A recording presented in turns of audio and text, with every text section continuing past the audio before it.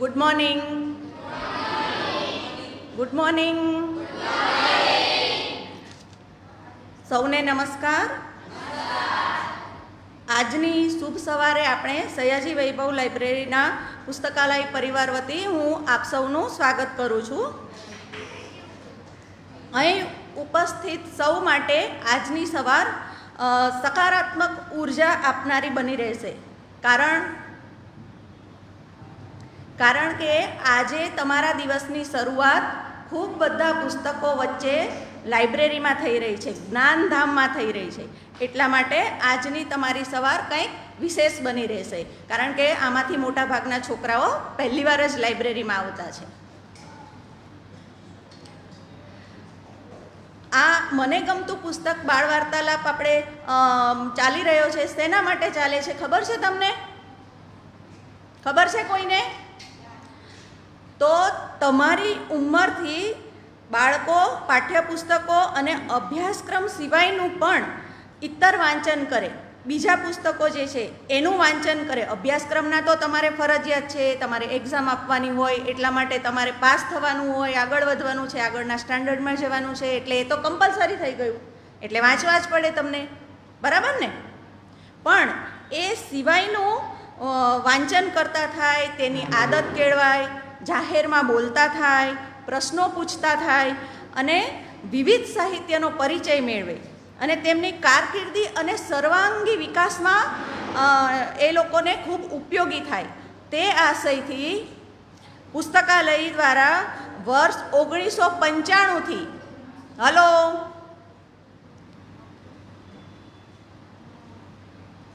1995થી મને ગમતું પુસ્તક બાળ વાર્તાલાપની શરૂઆત કરવામાં આવી છે અને આજે તેનો 256મો વાર્તાલાપ છે. કેટલામો? એટલે 31 વર્ષ થયા. તમે વિચાર કરો, આટલા સમયથી આ વાર્તાલાપ ચાલે છે તો કેટલા બધા બાળકોએ અને કેટલા પુસ્તકો વિશે અહીંયાથી સ્ટેજ પરથી બોલી ગયા છે અને એ એમના જીવનમાં ક્યાંક ને ક્યાંક એમને ઉપયોગી થાય છે. હવે બીજી વાત મારે તમને એક કરવાની છે કે આપણે અલગ અલગ ડેઝની ઉજવણી કરતા હોય છે, બરાબર ને? કયા કયા ડેઝની ઉજવણી કરતા હોય છે? દર મહિને કોઈને કોઈ એવો દિવસ આવતો હોય છે. એક્ઝામ્પલ આપણે father's day, mother's day, teachers' day, બરાબર ને? બીજા કયા ડેઝ આવે છે? કોઈ પણ એક બાળક બોલશે હાથ ઉપર કરીને. હા, ચિલ્ડ્રન ડે, બરાબર છે. પછી ટીચર્સ ડે, પછી બરાબર છે ફ્રેન્ડશિપ ડે. તો હમણાં તાજેતરમાં જ કઈ તારીખે ગયો ફ્રેન્ડશિપ ડે? હા, બરાબર છે. એ તમને કેવો બરાબર યાદ રહ્યો છે, કારણ કે આપણને આ ઉંમરમાં આપણા મિત્રો સાથે ખૂબ મજા આવતી હોય છે. તો આ 2 ઓગસ્ટે ફ્રેન્ડશિપ ડે ગયો, એનો તમે એકબીજાને બેલ્ટ બાંધીને સેલિબ્રેશન પણ કર્યું હશે, બરાબર ને? કરેલું? સરસ. હવે તમને એમ થશે કે આ વાતને પુસ્તકો અને વાંચન સાથે શું લેવા દેવા, પણ આ વાતને આપણે રીડિંગ હેબિટ સાથે કનેક્ટ કરી શકીએ. વાંચવાની શરૂઆત કરવા માટે પણ આવી કંઈક વસ્તુથી પણ શરૂઆત થઈ શકે. તો આની શરૂઆત માટે તમારે દરેક મહિનામાં આવતા ખાસ દિવસોની માહિતી મેળવી લેવાની અને તેને રિલેટેડ પુસ્તકો વાંચવાના. હવે સ્કૂલમાં ને બધે તમે બોલતા પણ હોય કે આજે આ સ્પેશિયલ ડે છે, આજે આ ડે છે, બરાબર ને? એ તો તમને માહિતી હોય જ ને, હોય છે ને? તો એમાંથી શું થશે? તમારું જનરલ નોલેજ પણ વધશે અને શું વાંચવું તે પણ વાંચતા વાંચતા તમને આઈડિયા આવશે કે હવે નેક્સ્ટ આપણે શું વાંચવું છે. એમાં તમને ખૂબ પછી વેરિએશન મળ્યા કરશે. દાખલા તરીકે હાલમાં ઓગસ્ટ મહિનામાં 11 ઓગસ્ટે સ્વાતંત્ર્ય સેનાની ખુદીરામ બોઝની પુણ્યતિથિ છે. 12 ઓગસ્ટે ગુજરાતના જ અમદાવાદના અને ભારતના અગ્રગણ્ય એવા એક વૈજ્ઞાનિક, કોણ? કોઈ કહેશે? જો આ તમે વાંચેલું હોય તો તમને તરત જ ખ્યાલ આવી જાય. આટલી માહિતી આપ્યા પછી તમને તરત ખ્યાલ આવી જાય કે કોણ છે એ વ્યક્તિ. તો ડૉક્ટર વિક્રમ સારાભાઈ, એમની જન્મ જયંતિ છે. અને 15મી ઓગસ્ટે શું છે? Very good. ચાલો, એ તમને ખ્યાલ જ છે કારણ કે રજા મળે છે ને. તો તો આવી રીતે આ ઓગસ્ટ મહિનામાં આવા સ્પેશિયલ 3 ડેઝ મેં તમને કીધા. તો તમે આ 3 વિશે વાંચો તો 2 જીવન ચરિત્ર અને હિસ્ટ્રી વિશે પણ તમને માહિતી મળી જાય. એ રીતે દરેક મહિનામાં તમારે જોઈ લેવાનું 1, 2, 3 જે સ્પેશિયલ દિવસ હોય તેના વિશે થોડું વાંચી લેવાનું. એટલે તમારી રીડિંગ હેબિટ ધીમે ધીમે કેળવાતી જશે અને તમને નવું નવું જાણવાની ઈચ્છા પણ થશે. તો આવી રીતે શરૂઆત કરી શકાય. રીડિંગ હેબિટ કેળવવા માટે આવી રીતે શરૂઆત કરી શકાય કે નહીં? કોણ કરશે? તો આવું કોણ કરશે? શરૂઆત કોણ કરશે આવી રીતે વાંચન કરવાની? કોઈ નહીં. હાથ ઉપર કરો. Very nice. પછી તમે નેક્સ્ટ જ્યારે વાર્તાલાપમાં આવો ને ત્યારે હું પૂછીશ તમને કે કોણે કોણે આ શરૂઆત કરીને શું શું વાંચ્યું. સરસ, વેરી નાઇસ. એમના માટે તાળી પાડો.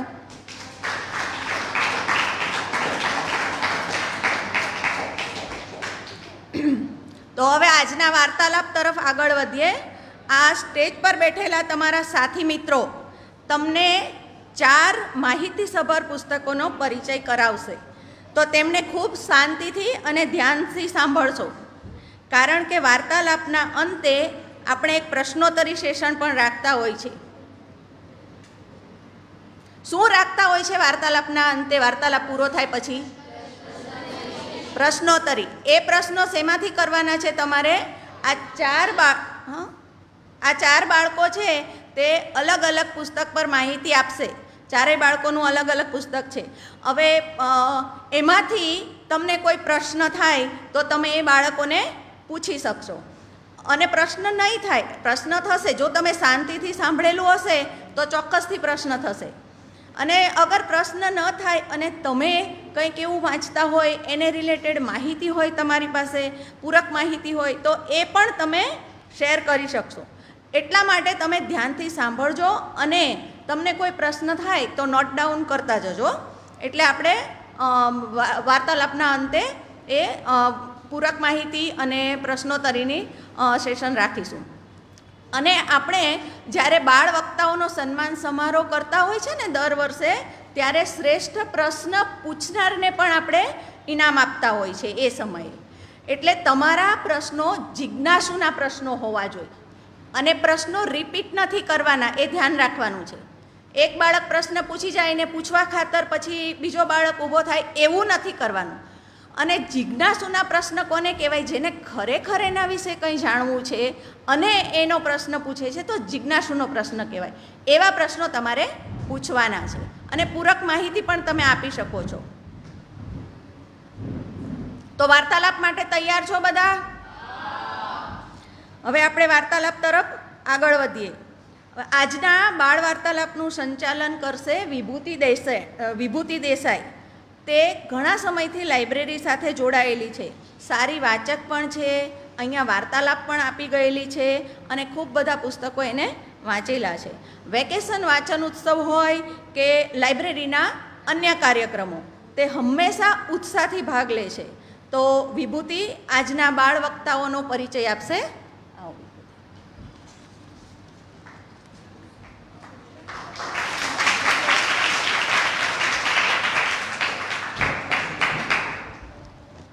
થેન્ક યુ પ્રીતિ આંટી. નમસ્કાર.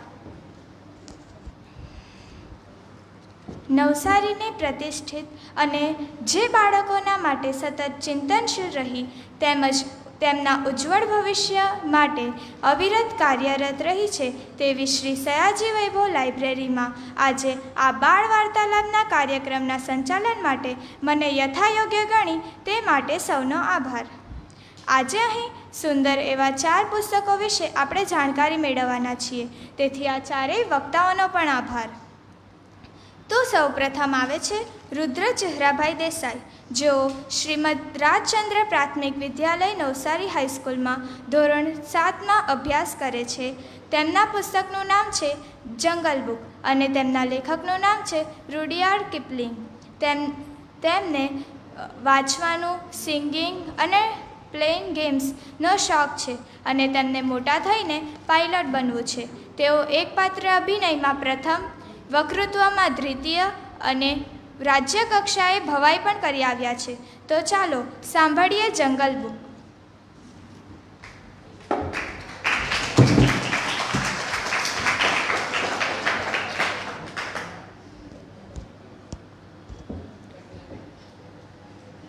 જય શ્રી કૃષ્ણ. અહીં ઉપસ્થિત વડીલો તેમજ મારા વહાલા બાળ મિત્રો સૌને મારા જય શ્રી કૃષ્ણ. જંગલ જંગલ બાત ચલી હૈ પતા ચલા હૈ, ચડ્ડી પહન કે ફૂલ ખિલા હૈ ફૂલ ખિલા હૈ. આ ગીત કોનું છે? હા, મોગલીની કાર્ટૂન કથાનું. તો આજે હું તમને મારી બુક જંગલ બુકના વિષયમાં જંગલ બુકની મુસાફરી કરાવવા લઈ જવાનો છું. નથી કોઈ બસ કે નથી કોઈ ટ્રેન કે નથી કોઈ વિમાન. અહીં બેઠા બેઠા જ હું તમને જંગલ બુકની મુસાફરી કરાવી આવીશ. તો આ પુસ્તકના લેખકનું નામ રૂડિયાર્ડ કિપલિંગ છે. તે વિશ્વ પ્રસિદ્ધ અંગ્રેજી લેખક છે. તેમને 1907માં સાહિત્ય માટેનો નોબેલ પુરસ્કાર પણ એનાયત થયો છે. એક મત મુજબ જોવા જતાં મોગલીનું પાત્ર તે રૂડિયાર્ડ કિપલિંગનું પોતાનું જ પાત્ર હોય તેવું લાગે છે, કારણ કે બંનેવના જીવનમાં દ્વિધા વ્યથા એક સમાન છે. રૂડિયાર્ડ કિપલિંગનો જન્મ ભારતમાં થયો હતો. તેમના લખાણોમાં ભારતીય વાર્તા અને પંચતંત્રની વાર્તાનો પ્રભાવ જોવા મળે છે. તેમને 5 વર્ષની વયે જ બ્રિટનના બોર્ડિંગ સ્કૂલમાં મૂકી દેવામાં આવ્યો હતો. તે 1882માં ભારત ફરી આવ્યા અને પત્રકાર તેમજ લેખક તરીકેની સેવા આપી. તે દરમિયાન ભારતીય જંગલોમાંથી એક સમાચાર સાંભળવા મળતા હતા કે તે સમાચાર પરથી જ જંગલ બુકના પાત્ર નિર્ભર હોવાનો પણ એક મત છે. તે સમાચાર હતા કે બુલંદ શહેર નજીક શનિચર જંગલમાંથી એક બાળક મળી આવ્યું હતું. તે 40 વર્ષ વરુઓ સાથે ઉછરેલું હતું, પરંતુ જીવતું રહ્યું હતું. આ સમાચાર ઉપરથી જ મોગલીનું પાત્ર નિર્ભર હોવાનો પણ એક મત છે. આ પુસ્તક 207 પાનાનું છે, પણ જ્યારે હું આ પુસ્તક વાંચવા બેઠો હતો ત્યારે ક્યારે એની અડધમાં જતો રહ્યો તેનો કંઈ ખ્યાલ જ ન રહ્યો. આ પુસ્તક એમ તો અંગ્રેજી ભાષામાં લખાયું છે, પણ આનો અનુવાદ સાધના નાયક દેસાઈએ કર્યો છે. આ પુસ્તક પ્રકાશિત થતાની સાથે જ અત્યંત લોકપ્રિય બની ગયું અને આ પુસ્તકમાં 15 જેટલી કથાઓ છે અને 9 જેટલી કથાઓ મોગલીની છે અને અન્ય કથાઓ અન્ય પ્રાણીઓની છે. તો તમારી આતુરતાનો અંત લાવવા પહેલાં આપણે માનવ બાળ મોગલી જે હમણાં હું વાત કરવાનો છું તેના પાત્રો વિશે જાણી લઈએ. તો માનવ બાળ મોગલી, બહાદુર કાળો દીપડો બગીરા, ડહાપણ અને જ્ઞાની શિક્ષક રીછ બલુ, પ્રેમાળ અને દ્રઢ નિશ્ચય વરુમાતા રક્ષા, વરુપિતા મોગલીના વરુભાઈઓ, કુશળ મુખિયા અકેલા, લુચ્ચો લાલચી દુશ્મન શેરખાન, વાઘ લાલ ચાલક અને ખંધો ઝરખ તબાકી. તો હવે આપણે માનવ બાળ મોગલી વાર્તા શરૂ કરીએ. સાંજના 7 વાગવા આવ્યા હતા અને જંગલ ધીરે ધીરે જાગી રહ્યું હતું. એક ટેકરીઓ પર વરુ પરિવાર રહેતો હતો અને વરુ માતાએ 4 બચ્ચાને જન્મ આપ્યો હતો. વરુ પિતા શિકાર માટે તૈયાર થતા હતા. ત્યાં જ તબાકી આવી કહેવા લાગ્યો કે શેરખાને પોતાનો શિકાર કરવાનો પ્રદેશ બદલ્યો છે અને આવતી પૂર્ણિમા સુધી તે આપણા જ જંગલમાં શિકાર કરશે. આટલું સાંભળી વરુ પિતા તો ગુસ્સેથી ધુઆ પુઆ થઈ ગયા અને કહેવા લાગ્યા, એ જો લંગડો વાઘ આપણા જંગલમાં આવીને શિકાર કરશે તો તેનાથી ડરી આખું જંગલ બીજે રહેવા જતું રહેશે.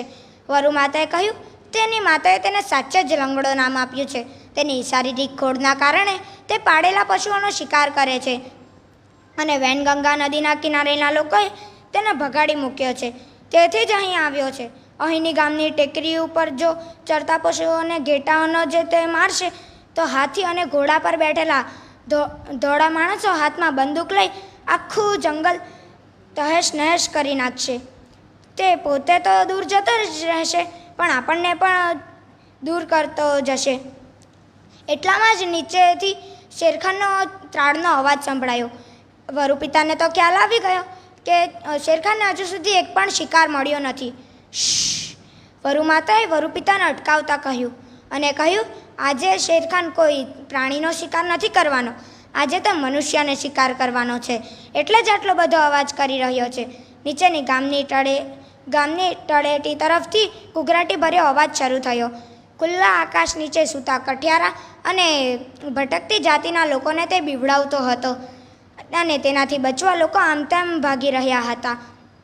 વરુ પિતા ગુસ્સેથી કહ્યું કે શું જંગલમાં પૂરતા દેડકા, જીવડા કે પ્રાણીઓ નથી રહ્યા કે તે મનુષ્યનો શિકાર કરવા જાય? જંગલના કાયદા પ્રમાણે મનુષ્યનો અને પાલતુ પ્રાણીઓનો શિકાર કરવો તે પ્રતિબંધિત છે. ફરીથી એકવાર શેરખાનની ગર્જના સંભળાઈ, પણ આ વખતે તેને એ ગર્જનામાં હિંસકતા નહીં હતી, પરંતુ હતાશા હતી. વરુ પિતાને ખ્યાલ આવી ગયો કે તેણે કઠિયારાના તાપણા પર છલાંગ લગાવી દીધી છે અને પોતાનો બીજો પગ પણ બાળી લીધો છે. તબાકી પણ તેની સાથે દેખાઈ રહ્યો છે. આટલું કહેતા બાજુની ઝાડીઓમાંથી પાંદડાનો હલવાનો અવાજ આવ્યો. વરુ પિતા સચેત થઈ ગયા અને શિકાર કરવા માટે લાંબી છલાંગ મારી. પણ આ શું? તેમણે પોતાની છલાંગ રોકવાનો પ્રયાસ કર્યો અને 5-7 ફૂટ દૂર જઈને પડ્યા. મનુષ્ય? વરુ પિતા આશ્ચર્યથી બોલ્યા. શેરખાને કરેલી ધમાલના કારણે એક માનવ બાળનું નગ્ન બાળક ત્યાં ઝાડી પાછળ પડ્યું હતું. વરુ માતા તેને જોવા ઊભી થઈ ત્યારે તેનું સ્મિત જોઈ મોગલી પ્રત્યે તેને જરાક વાત્સલ્ય જાગ્યું. ત્યારે તેણે કહ્યું કે હું હવે આને મારા બાળકો સાથે જ રાખીશ. આવો નિર્ણય સાંભળી શેરખાન તો ગુસ્સેથી ધુઆપુઆ થઈ ગયો અને પોતાનો શિકારને પાછો લેવા માટે તે વરુઓની ટોળી ગુફા તરફ ગયો અને ત્યાં ગયો, પરંતુ વરુ માતાએ તેને બીવડાવીને ભગાડી દીધો. આખરે શેરખાને વરુઓના કાન ભર્યા કે હે આઝાદ પ્રાણીઓ, તમારા ઝુંડ વચ્ચે માનવ બાળનું શું કામ? તે મને આપી દો, તે મારો શિકાર છે. પરંતુ તેનો મુખ્ય અકેલા પણ તેની તરફેણમાં હતો અને શિક્ષક રીછ બલુએ મોગલીને ઝુંડમાં રાખવાના ફાયદાઓ જણાવ્યા અને કાળો દીપડો બગીરાએ તેને ઝુંડમાં રાખવા માટે કદાવર આખલાની મિજબાની કરાવી. આખરે મોગલી વરુઓ વચ્ચે મોટો થયો. તે દરમિયાન તેનો મિત્ર બગીરા તેને જંગલની જાણકારી આપી. એક ઝાડ પરથી બીજા ઝાડ પર કૂદતા શીખવ્યું. શિકાર કેમ કરવો તે શીખવ્યું. આ તરફ શિક્ષક રીછ બલુ એ તેના જંગલના કાયદા વિશે જણાવતો, દરેક પ્રાણીઓ વિશે જણાવતો અને આ તરફ શેરખાન પણ તેને મારવા માટે અનેક ઝાડ પાથરતો રહેતો. પણ બગીરા, બલુ અને તેના વરુઓ ભાઈઓથી ડરી તે પાછો જતો રહેતો. આ તરફ મોગલી પણ કોઈ દિવસ જંગલના કાયદાનું ઉલ્લંઘન કરતો નહીં. તે તેના વરુ ભાઈઓ સાથે રમતો, તેમની સાથે શિકાર કરવા જતો અને તેમની સાથે જ આખો દિવસ ફર્યા કરતો. અને એક વરુઓના કાયદાનો એક નિયમ હતો કે જ્યારે તેમનો મુખિયા જ્યારે વૃદ્ધ થઈ જાય અને અશક્ત થઈ જાય ત્યારે બધા વરુઓ તેને ભેગા મળી મારી નાખતા. અને યુવાન વરુઓને શેરખાને પોતાના માંસની લાલચ આપી પોતાની તરફેણમાં કરી લીધા હતા અને મોગલીની તરફેણમાં અકેલા વૃદ્ધ અને અશક્ત વરુઓ, તેમના માતા પિતા અને બલુ અને બગીરા હતા. અને એક દિવસ મોગલીને ખબર પડી કે ગામમાં લાલ ફૂલ છે. લાલ ફૂલ એટલે આગ, અંગારા, જેનાથી આખું જંગલ ડરતું હતું. તે પોતાના રક્ષણ માટે તે ગામમાંથી લાલ ફૂલ લઈ આવ્યો અને એક દિવસ અકેલા પણ પોતાનો શિકાર ચૂકી ગયો. આખા જંગલના વરુઓ તેને મારવા માટે તૈયાર થઈ ગયા અને વરુઓનો મુખિયા એટલે અકેલા કહેવા લાગ્યો, હું તમારા બધા સાથે યુદ્ધ કરવા તૈયાર છું. યુવાન વરુઓ જે શેરખાનની તરફેણમાં છે તેમણે મારી સામે જાણી જોઈને જોશીલું હરણ મોકલ્યું હતું, જેથી તમે બધા મળીને મને મારી નાખો અને તેઓ મોગલીનો શિકાર કરી શકે. આ તરફ યુવાન વરુઓ પણ મોગલીને ધિક્કારતા હતા અને તેને ચેતવણી આપી, તું તારા ગામ પાછો જતો રહે, નહીંતર તું શેરખાનનો શિકાર બનશે.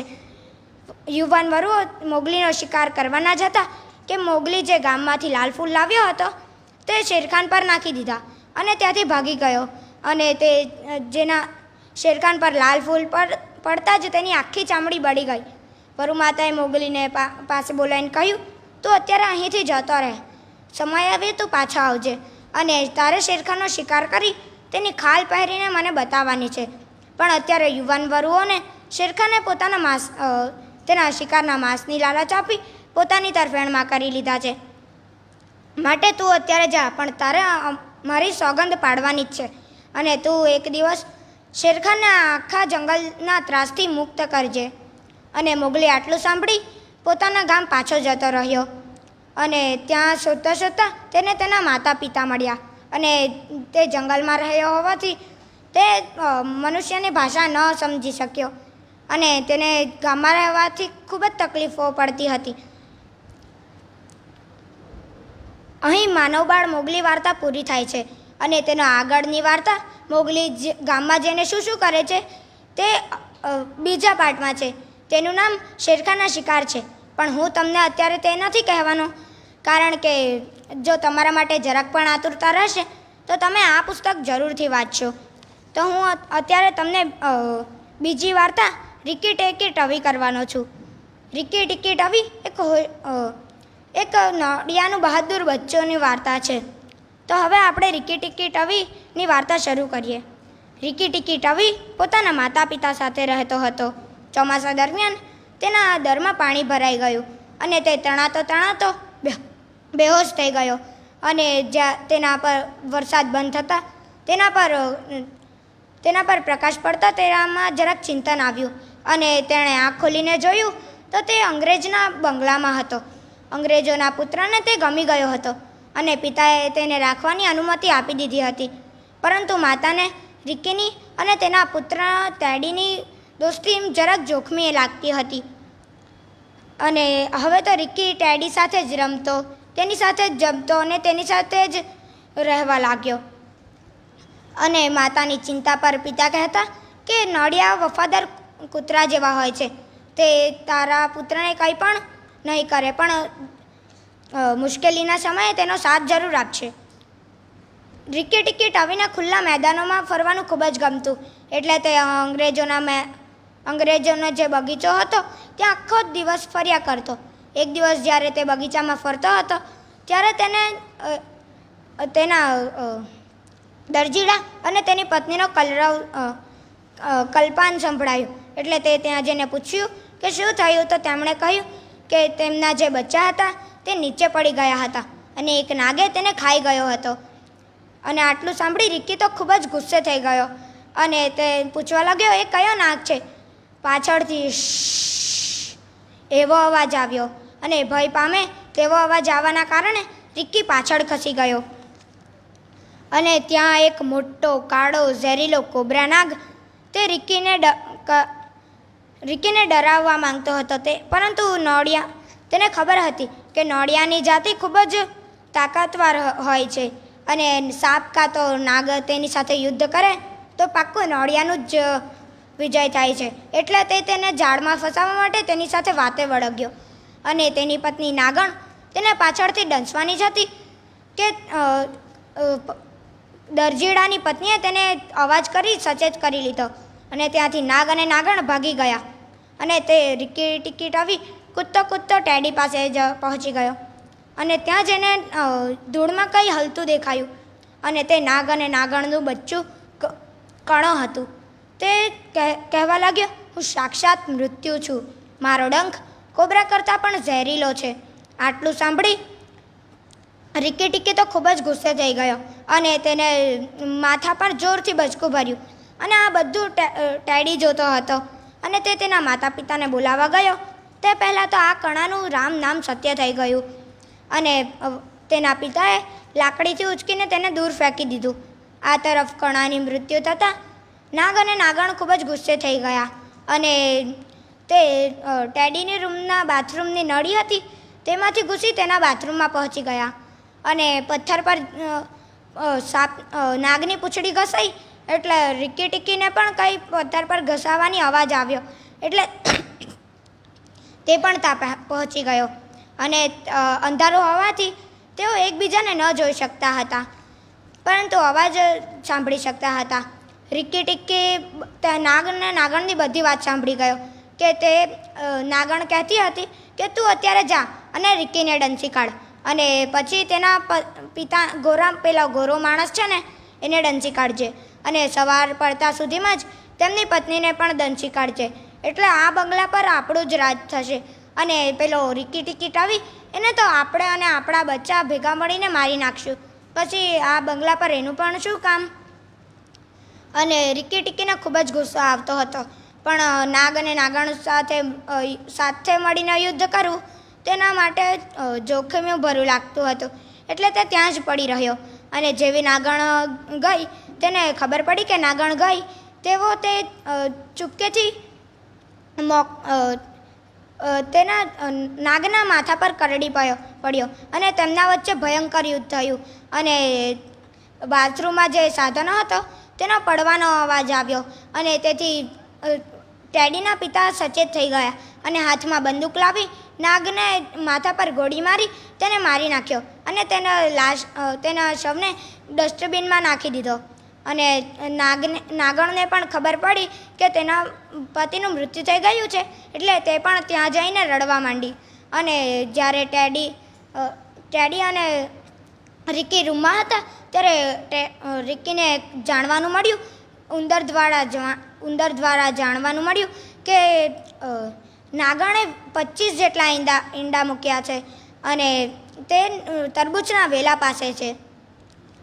આટલું સાંભળી તે તરત જ ત્યાં પહોંચી ગયો અને બધા જ નાગણના ઈંડા ફોડી નાખ્યા અને એક ઈંડું તેના પાસે જ રાખ્યું.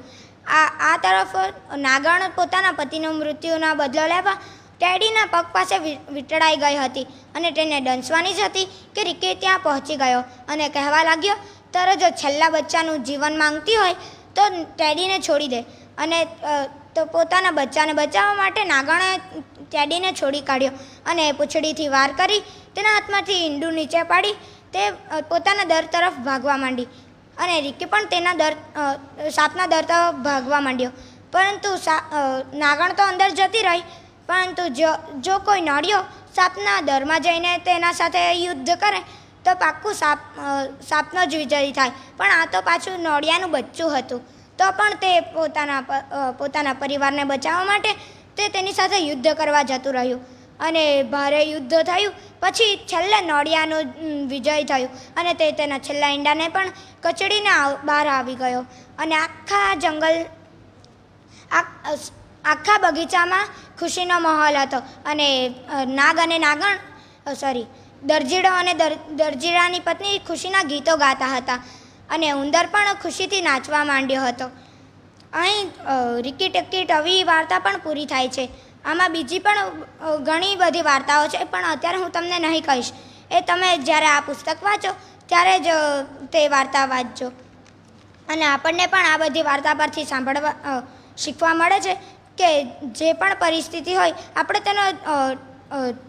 તેના સામે ડટીને તેનો સામનો કરવો જોઈએ. અસ્તુ.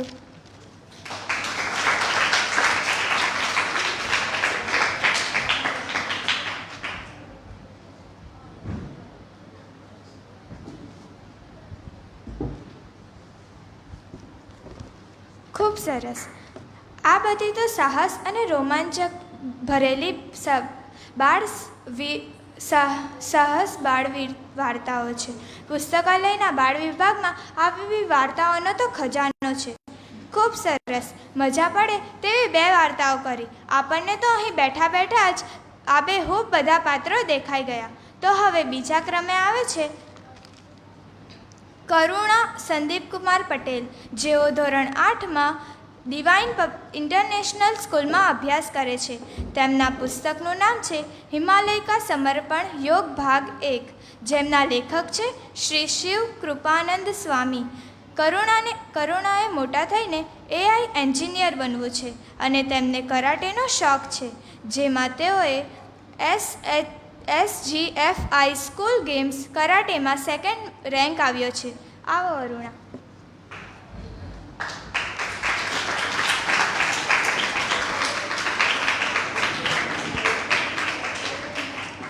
નમસ્કાર મિત્રો, હું છું કરુણા સંદીપ કુમાર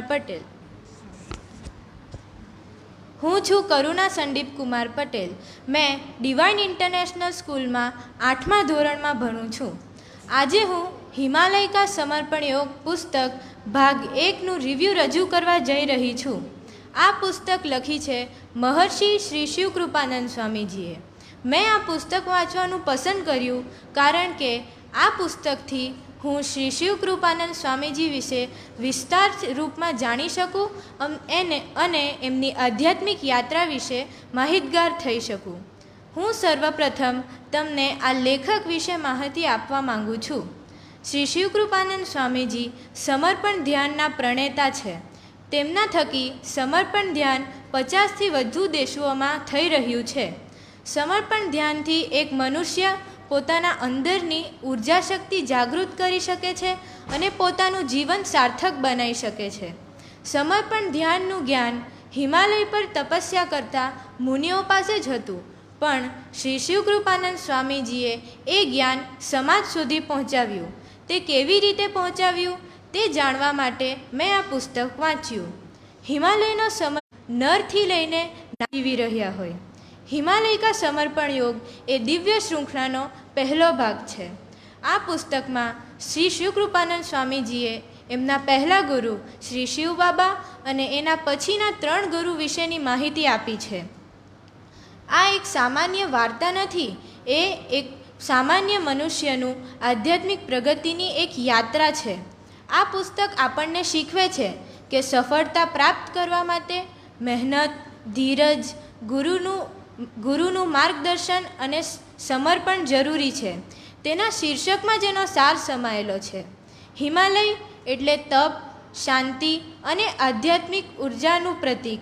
સમર્પણ એટલે પોતાની ઈચ્છા છોડીને ભગવાનની ઈચ્છામાં સંપૂર્ણ વિશ્વાસ રાખવો. યોગ એટલે આત્મા અને પરમાત્માનો એક સાથેનો મેળ. હવે હું તમને આ પુસ્તકની ઘટનાઓ વિશે કહું છું.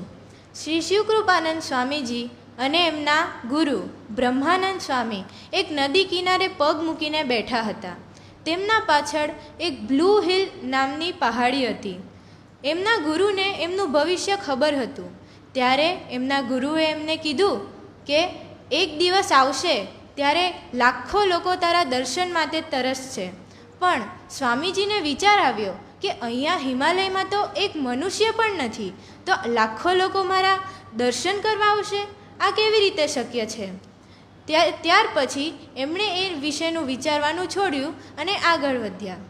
એમના ગુરુ શ્રી બ્રહ્માનંદ સ્વામી હતા. તે તેમને પ્રકૃતિ વિશે ઘણી માહિતીઓ આપતા. તે તેમને વૃક્ષોના ઉપયોગ, એના લીફ જે હોય તેનાથી સારી થતી બીમારીઓ બધું વિશે માહિતી આપતા. એક સમય એવો આવ્યો જ્યારે એમના ગુરુ એમને દરરોજ જંગલમાં લઈ જતા હતા.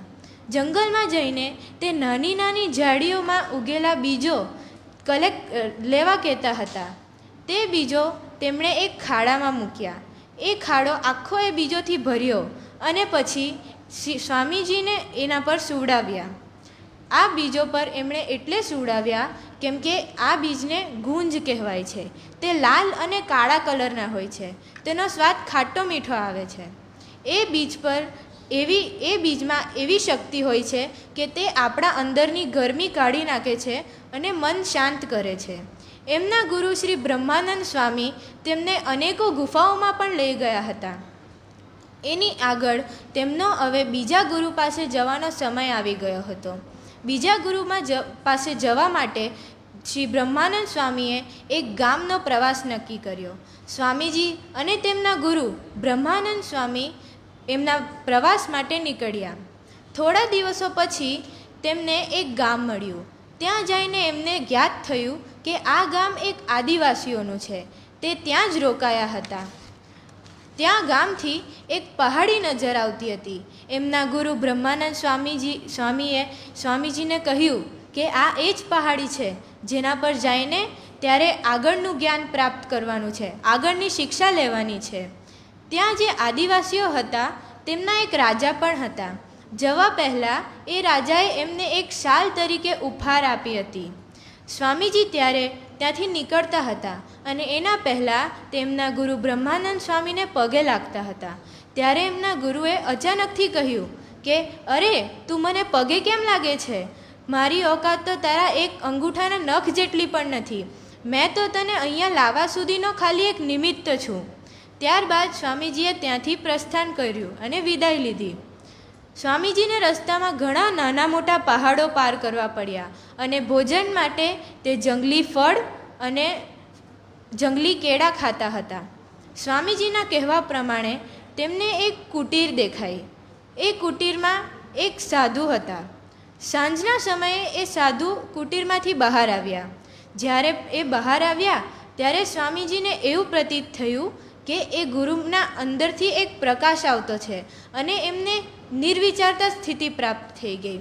એ એટલો સારો અનુભવ હતો કે એમના ગુરુજીને જોઈને એ એટલા પોઝિટિવ માઇન્ડ થઈ ગયું હતું એમનું કે વાત ન પૂછો. એ કુટીરમાંથી ગુરુદેવ બહાર આવીને એમને કહે છે કે હવે તું લાંબી યાત્રા પછી થાકી ગયો હશે તો હવે તું સ્નાન કરી આવ. સ્વામીજી કુંડમાં જઈને સ્નાન કરે છે. સ્નાન કર્યા બાદ તેમને એમના ગુરુજી કહે છે કે આ કુટીરમાં તું જઈને વિશ્રામ કર. ત્યારબાદ સ્વામીજી એ કુટીરમાં જઈને સૂઈ જાય છે. આવતા દિવસે સવારે જ્યારે સ્વામીજી ઉઠે છે તો તેમને પંછીઓનું ચહચહાટ સંભળાય છે. ત્યારે સૂર્યોદય થઈ ગયો હતો. આખું આકાશમાં લાલીમાં ફેલાયેલી હતી. આ ઘટનાનું પુસ્તકમાં ખૂબ જ સારી રીતે વર્ણન કરેલું છે. આ જ રીતે સ્વામીજી રોજ સવારે ઉઠીને એમના ગુરુની સહાયતા કરતા અને એમના કામોમાં પણ મદદ કરતા. ગુરુદેવે એમને ઘણી બહુમૂલ્ય વસ્તુઓ બી શીખવી હતી અને એનું મહત્ત્વ પણ સમજાવ્યું હતું. આ એમના એ ગુરુ હતા જેમણે સ્વામીજીને યજ્ઞ શીખવ્યું હતું અને યજ્ઞનું મહત્ત્વ પણ સમજાવ્યું હતું. સ્વામીજી ગુરુદેવ સાથે ઘણા લંબા સમય સુધી રહ્યા હતા, પણ પછી એમનું આગળ જવાનો સમય આવી ગયો હતો. ત્યારબાદ એ એમના ત્રીજા ગુરુ પાસે જાય છે અને તેમના પાસેથી શિક્ષા લઈને એ પછી એમના ચોથા ગુરુ પાસે જાય છે. અને આ બધુંનું વર્ણન હિમાલય કા સમર્પણ યોગ ભાગ 2માં આપ્યું છે. આ પુસ્તકમાંથી મને મુખ્ય 4 સંદેશો મળ્યા છે. પહેલું, ગુરુનું મહત્ત્વ. આ પુસ્તકમાં ગુરુનું મહત્ત્વ એકદમ ઊંચું દર્શાવ્યું છે. લેખક કહે છે કે પુસ્તકો આપણને જ્ઞાન આપે છે, પણ ગુરુ આપણને અનુભવ આપે છે. બીજું છે સમર્પણનું મહત્ત્વ. આ પુસ્તકનો મુખ્ય આધાર સમર્પણ જ છે. સમર્પણનો અર્થ કામ છોડવું નથી, પણ પોતાનું કામ ઈશ્વરને સોંપીને શાંત ભાવથી કામ કરવું છે. ત્રીજું છે ધ્યાન, એટલે કે મેડિટેશન. લેખક કહેવા માંગે છે કે ધ્યાન ખાલી આંખ બંધ કરીને બેસવાનું નથી. ધ્યાન આપણા મનને શાંત કરે છે અને આપણું જીવન સંતુલિત રાખે છે. અને ધ્યાન આપણને આપણા અંદરની ઉર્જા શક્તિ જાગૃત કરવાની એક તક પણ આપે છે. ચોથું છે સરળ જીવન. હિમાલય પર રહેતા ઋષિ મુનિઓ સરળ અને સાદું જીવન જીવે છે. તેમના જીવનમાં કોઈ વૈભવ નહોતું હતું, પણ તેમની પાસે આંતરિક આનંદનો અખૂટ ખજાનો હતો. આ પુસ્તકનો સૌથી આકર્ષક પાસો છે હિમાલયનું જીવંત વર્ણન. લેખક હિમાલયના પર્વતો, નદીઓ અને ગુફાઓના ચિત્ર આ પુસ્તકમાં આપે છે. એ વાંચતા તો એવું લાગે કે આપણે હિમાલયમાં પહોંચી ગયા હોય. આ પુસ્તકથી મને સમજાયું કે આપણે હંમેશા વર્તમાનમાં જીવવું જોઈએ. આપણી સંગત હંમેશા સારી હોવી જોઈએ. અગર આપણી સંગત સારી હશે તો આપણા વિચારો પણ પોઝિટિવ હશે અને આપણે નેગેટિવ વિચારથી દૂર જ રહીશું. ત્રીજું છે કે આપણા બધા મનુષ્યનો ખાલી એક જ ધર્મ છે, મનુષ્ય ધર્મ. ના હિન્દુ, મુસ્લિમ, શીખ, આપણે બધા મનુષ્ય ધર્મના હિસાબથી જીવવું જોઈએ.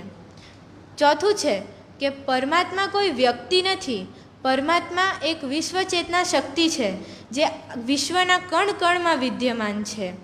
આ પુસ્તક વાંચવાનું મુખ્ય થોડા લોકોએ વાંચવું જોઈએ. પહેલાં એ લોકો છે જે ધ્યાન અને યોગમાં રસ ધરાવતા હોય. બીજા એ લોકો છે જે આધ્યાત્મિક જીવન જીવવા ઈચ્છતા હોય. ત્રીજા છે તણાવભર્યા જીવનમાંથી શાંતિ શોધતા લોકો. ચોથા છે યુવાનો, જેમને જીવનનો સાચો હેતુ જાણવો છે. પાંચમા છે આધ્યાત્મિક સાહિત્યના રસિકો. અંતમાં હું એટલું જ કહું છું કે હિમાલય કા સમર્પણ યોગ માત્ર એક પુસ્તક નથી, એ જીવન જીવવાની સાચી અને નવી દિશા છે. જો તમે તમારા જીવનમાં શાંતિ અને આત્મવિશ્વાસ ઈચ્છતા હોય તો આ બુક જરૂરથી વાંચજો. ધન્યવાદ.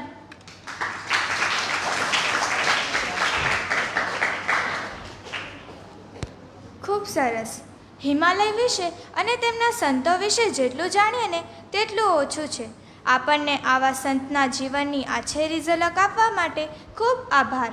હવે ત્રીજા ક્રમે આવે છે અર્થ બાબુભાઈ પ્રજાપતિ, જેઓ શેઠ એસજી પારેખ નવસારી હાઈસ્કૂલમાં ધોરણ 9માં અભ્યાસ કરે છે.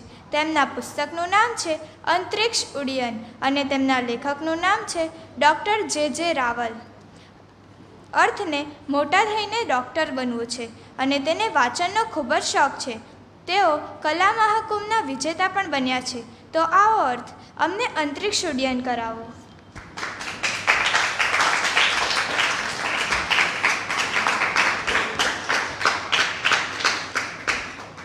નમસ્તે.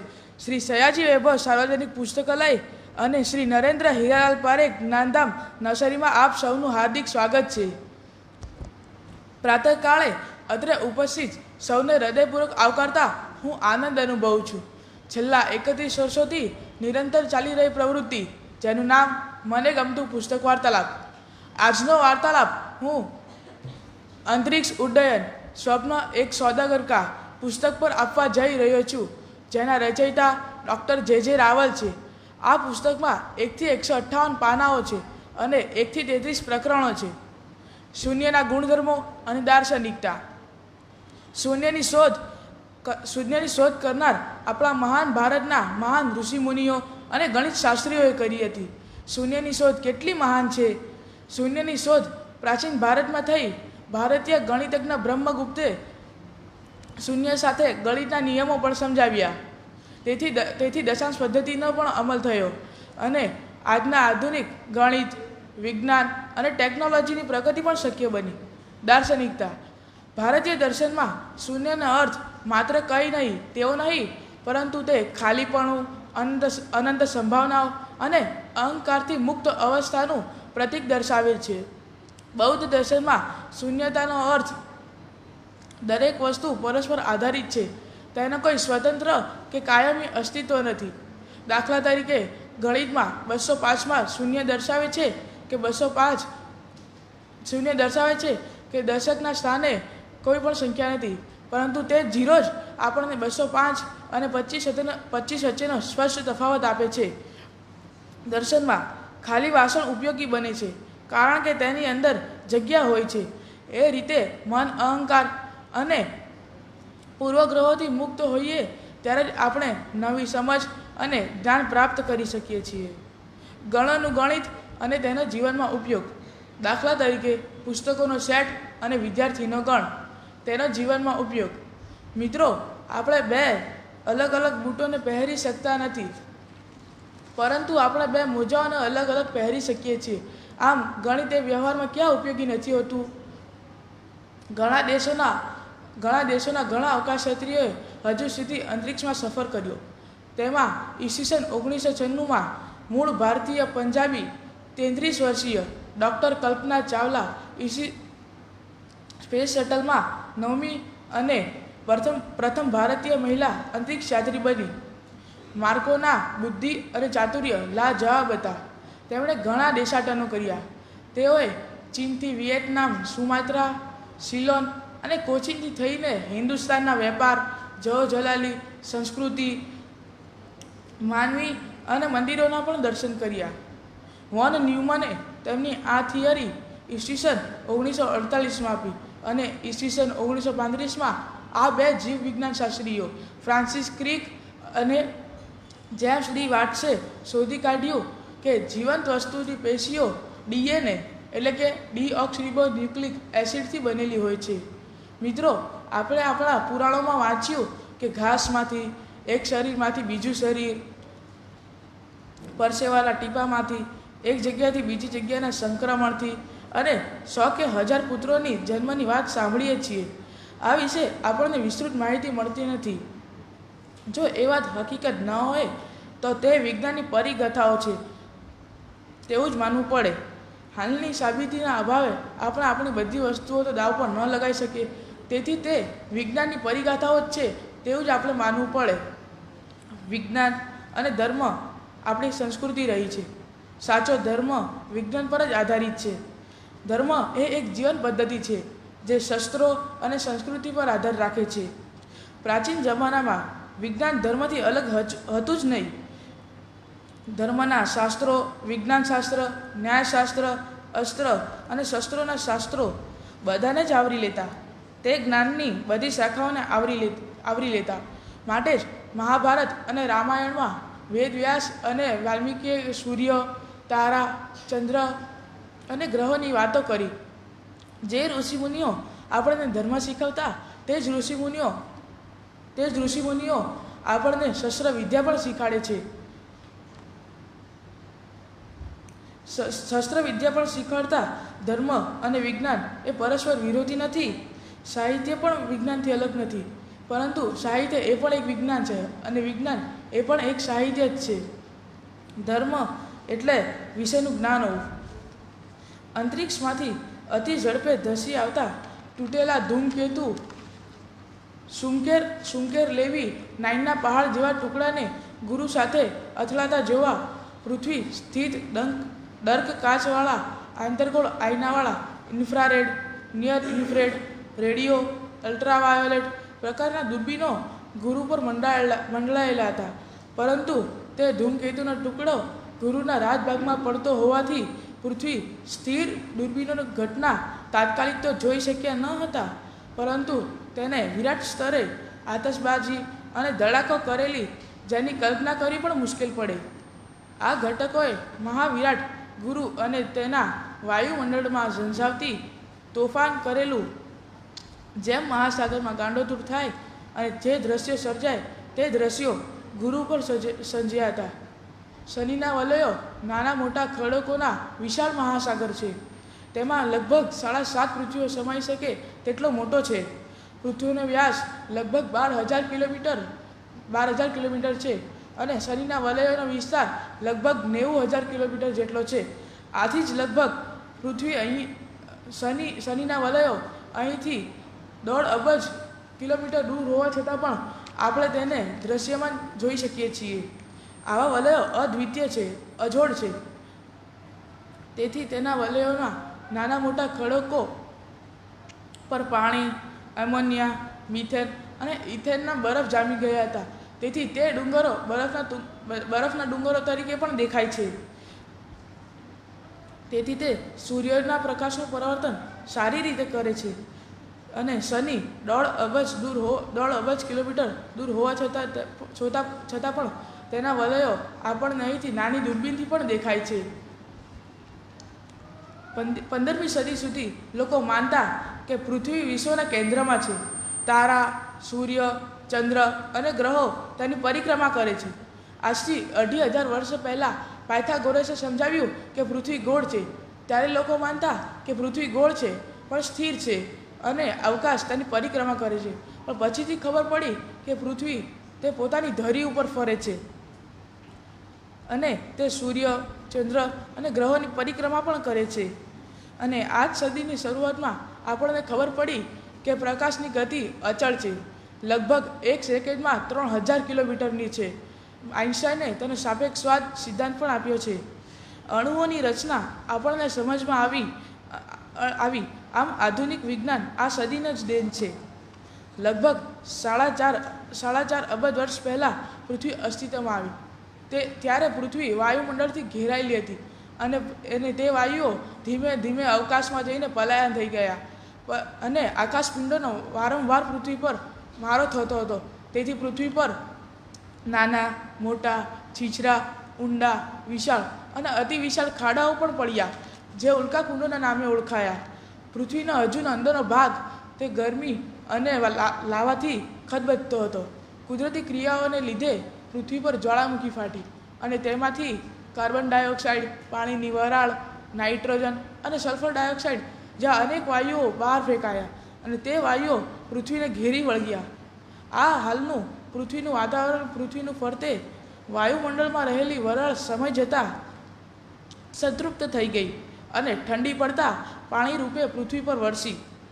તેણે પૃથ્વી પરના ઉલ્કાકુંડોને પાણીથી ભરી લીધા અને ખાબોચિયા, તળાવ, સરોવરો, સમુદ્રો, નદી નાળા અસ્તિત્વમાં આવ્યા. ધરતી પર કલકલ અને ખળખળ નદીઓ અને ઝરણાઓ વહેવા માંડ્યા. પાણીમાં જીવન પાંગ્યું. વૃક્ષો અને વનસ્પતિ પણ પૃથ્વીના દર્શન લીધા. વૃક્ષે વાયુમંડળમાં ઓક્સિજન ભરી લીધું અને આખી પૃથ્વી હરીભરી થઈ ગઈ. હવે જાત જાતના પશુ, પક્ષી અને પ્રાણી સૃષ્ટિએ પણ પૃથ્વીના દર્શન લીધા અને ધરતી નંદનવન બની ગઈ. છેવટે માનવીની પણ પૃથ્વી પર પધરામણી થઈ.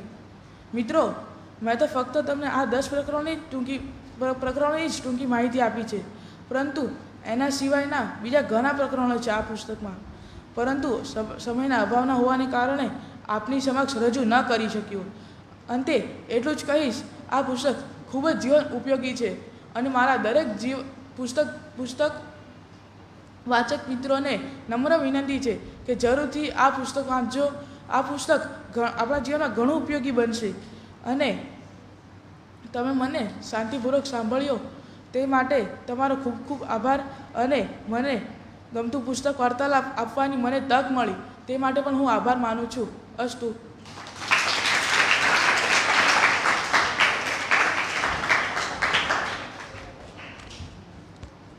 ખૂબ સરસ. અર્થે આપણને અંતરિક્ષ વિશે ખૂબ સરસ માહિતી આપી અને ખૂબ સરસ ઉદાહરણ પણ આપ્યા. તે બદલ તમારો આભાર. હવે ચોથા ક્રમે આવે છે ધ્રુવ બ્રજેન્દ્ર કુમાર વર્મા. તેઓ ગુરુકુલ વિદ્યા મંદિર સુપામાં ધોરણ 9માં અભ્યાસ કરે છે. તેમના પુસ્તકનું નામ છે આદર્શ સુધારક દયાનંદ.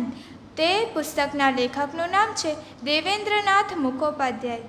તેમને મોટા થઈને ઇન્કમટેક્સ ઓફિસર બનવું છે અને તેમને ક્રિકેટ રમવાનો શોખ છે.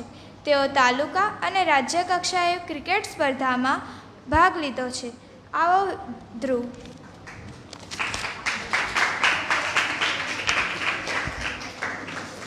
સૌને મારા નમસ્કાર. હું ધ્રુવ બ્રજેન્દ્ર કુમાર વર્મા. આજે આપણે નવસારીના આ જાણીતા સયાજી વૈભવ પુસ્તકાલયમાં આપ સૌનું ખૂબ સ્વાગત કરું છું. આજે હું આપણી સામે એક બહુ જ પ્રેરણાદાયક પુસ્તક વિશે વાત કરવા આવ્યો છું. આ પુસ્તકનું નામ આદર્શ સુધારક દયાનંદ છે. આ પુસ્તક સ્વામી દયાનંદ સરસ્વતીની જીવન વિશે છે. તેઓ એક એવા મહાન સુધારક હતા જેમણે આપણા સમાજમાંથી ફેલાયેલા અંધશ્રદ્ધા અને ખોટા રિવાજોને દૂર કરવા માટે આખું જીવન મહેનત કરી તેમને લોકોમાં હંમેશા સત્ય અને જ્ઞાનનો સાચો રસ્તો બતાવ્યો. આ પુસ્તક આપણને શીખવે છે કે દેશ અને સમાજને સારો બનાવવા માટે આપણે કેવા વિચારો રાખવા જોઈએ. તો ચાલો આજે આપણે સ્વામીજીના આ સુંદર વિચારોને થોડા નજીકથી જોઈએ. આજે હું તમને દેવેન્દ્રનાથ મુખોપાધ્યાય લિખિત અને કૃષ્ણલાલ મોહનલાલ ઝવેરી અનુવાદિત પુસ્તક આદર્શ સુધારક દયાનંદ વિશે વાત કરીશ. 64 પાનાનું આ પુસ્તક મૂળ બંગાળી ભાષામાં લખાયેલું છે, જેમાં સ્વામી દયાનંદ સરસ્વતીનું જીવન ચરિત્ર આલેખ્યું છે. અમારા ગુરુકુળમાં વારંવાર પૂજ્ય દયાનંદ સરસ્વતીની વાતો કરવામાં આવે છે, જેથી મને તેમની સંપૂર્ણ જીવન ચરિત્ર વિશે જાણવાનું મન થયું અને આ પુસ્તક વાંચ્યું. દયાનંદનો જન્મ 1825 12મી ફેબ્રુઆરી શનિવારના રોજ મોરબીના એક ગામમાં થયો હતો. દયાનંદને નાનપણથી સંસારમાં કંટાળો આવતો હતો. જ્યારે તેમને બહેનનું મૃત્યુ થયું ત્યારે બહેનના મૃત્યુની પીડા એ જ દયાનંદને સંસાર છોડવાનું કારણ હતું. બહેનના મૃત્યુના સમયે ઊભા વિચાર્યા કે મૃત્યુ તો દરેકનો જ આવશે, મારો પણ એક દિવસ કાલ આવશે, માટે ક્યાંય જવાથી મૃત્યુની પીડામાંથી છૂટાય અને મુક્તિના દર્શન થાય. અને આ વાક્ય તેમને મનમાં આવતા જ તેમને એવો નિશ્ચય કર્યો કે ગમે તે થાય તો પણ હું મુક્તિનો રસ્તો લઈ મૃત્યુ કલેશથી હું મારું રક્ષણ કરીશ. આ મહાન સંકલ્પને ધીરે ધીરે દ્રઢ બનાવી મુક્તિ પદ શોધવા 21 વર્ષની ઉંમરે એમણે પોતાના ઘરનો ત્યાગ કર્યો. ઘર છોડ્યા પછી એમણે કોઈ યોગીની શોધ કરવા માંડી. જુદો ઠેકાણે જુદા જુદા યોગીઓ પાસેથી યોગીનો અભ્યાસ કરી 2 વર્ષ પછી એ નર્મદાના તીરે આવેલા ચાણોદ કરનાળી વાસ કર્યો. ત્યાં તેમણે સંન્યાસ ગ્રહણ કર્યો અને ત્યાં દયાનંદ સરસ્વતીના નામે પ્રખ્યાત થયા. તોય સંતોષ ન મળ્યો, કારણ કે તેમને યોગના માર્ગની સીડી પર ઊંચામાં ઊંચા પગથિયા ચડવા હતા. તેથી કોઈ વખત ઓખીમઠ તો કોઈ વખત જોશીમઠ તો કોઈ વખત તુંગનાથના શિખર પર તો કોઈ વખત બરફમાં ઢંકાયેલી અલકનંદાના તટ પર યોગ સિદ્ધિ મહાત્માઓને શોધતા આમ કરતાં 11 વર્ષ કાઢી નાખ્યા, છતાં સંતોષ મળ્યો નહીં. પછી ભટકતા મથુરાના વિરજાનંદ સ્વામીને મળ્યા અને પાણીના સૂત્રોથી મહાભાષ્ય જેવા મહાન ગ્રંથો શીખવા માંડ્યા. પણ તેઓએ સંતોષ મળ્યો નહીં. તેથી અભ્યાસ પૂરો કરી ફરીથી એકવાર વૈદિક ધર્મની સ્થાપના કરવાનું વિરજાનંદનું વચન પૂરું પાડવા તેમણે ત્યાંથી વિદાય લીધી અને ફરતા કાશીમાં પહોંચ્યા. કાશીમાં તેમણે વૈદિક ધર્મનું ધ્વજ ફરકાવ્યો. મૂર્તિ પૂજાનો વિરોધ કર્યો. જાતના પંડિતો જોડે શાસ્ત્ર સંગ્રામ થયો, જેમાં દયાનંદની જીત થઈ. કેમ કે પથ્થરની મૂર્તિનું પૂજન કરવું એવું વેદમાં છે એવું બીજા પંડિતો સાબિત કરી શક્યા નહીં, પરંતુ પંડિતોએ દયાનંદને પરાજય થયો છે એવું જાહેર કર્યું. આ શાસ્ત્ર સંગ્રામથી આખું કાશી કાપી ઉઠ્યું અને એની અસર આખા હિન્દુસ્તાનમાં પ્રસરી ગઈ અને આ દેશ કાપી ઉઠ્યો. હવે દયાનંદ બિહાર, બંગાળ, મદ્રાસ, મુંબઈ, રાજપૂતાના, પંજાબ વગેરે સ્થળો જ્યાં જતા ત્યાં તે સ્થળના પંડિતોને મૂર્તિ પૂજા વેદ પ્રતિપાદિત નથી અને તે ખોટી છે એ બાબતે વિચાર યુદ્ધ કરવા આમંત્રિત કરતા. તેઓ એકલા હોવા છતાં હજારો લોકોનો એમને સાથ મળ્યા. આ વાત ચારે દિશામાં પ્રસરી ગઈ. ઘણા લોકોએ તેમને રોકવાનો પ્રયત્ન કર્યો પણ રોકી શક્યા નહીં. એમને ઠેકાણે વૈદિક પાઠશાળાઓની સ્થાપના કરી. સત્યાર્થ પ્રકાશ નામના પુસ્તકની રચના કરી. હવે મેં તમને પુસ્તકના કેટલાક અંશ પણ મેં રજૂ કરું છું. અત્યાર સુધીમાં પૃથ્વી પર જે જાતિઓનો અભિભાવ થયો છે તેમજ આજે આપણે દુનિયાના પટ પર જે જાતિઓ વર્તમાન છે એ બધી જાતિઓની જોડે મુકાબલો કરતા હિન્દુઓમાં 2 ગુણ વિશેષ જોવા મળે છે. એ 2 ગુણને આપણે હિન્દુ પ્રકૃતિ કહીશું. હિન્દુનો બીજો ગુણ, ખાસ ગુણ તે જ એ છે કે બધી રીતે તે પોતાના લક્ષ્યને અનુસરી ચાલે છે. લક્ષ્ય જેવું નક્કી થાય કે પછી પોતાના આપા જીવનના પ્રવાહ તે લક્ષ્યને અનુસરી ચલાવે છે. ટૂંકમાં બ્રહ્મ અથવા બ્રહ્મ પ્રાપ્તિ હિન્દુ પોતાની કેન્દ્ર બનાવે છે. સુધારકના લક્ષણ કયા? પ્રથમ લક્ષણ, સૌપ્રથમ પોતાની જાતને પ્રજાને બરાબર જાણવી જોઈએ. જો તે સ્વજાતિને જાણતો હોય તો જ તેની પ્રકૃતિ પણ જાણે. ક્યાં અંશની પોતાની જાતિ બનેલી છે તે પણ તેણે વિચારવું જોઈએ. જાતિની પ્રકૃતિ તે શું? પૃથ્વી પર જે જાતિ જન્મી છે યા જન્મે છે તે દરેકમાં કાંઈ ને કાંઈ એ સારા ગુણ હોય છે. જન્મે છે તે દરેકમાં કાંઈ ને કાંઈ સારા ગુણ હોય છે. એ ખાસ લક્ષ્ય કે ગુણ તે જાતિની પ્રકૃતિ જે જણાવવા માટે તે જાતિને એ સાહિત્ય સારી રીતે જાણવું જોઈએ, કારણ કે તેના સાહિત્યમાં તે દરેક જાતિનું પ્રકૃતિ પ્રતિબિંબ પડેલું હોય છે.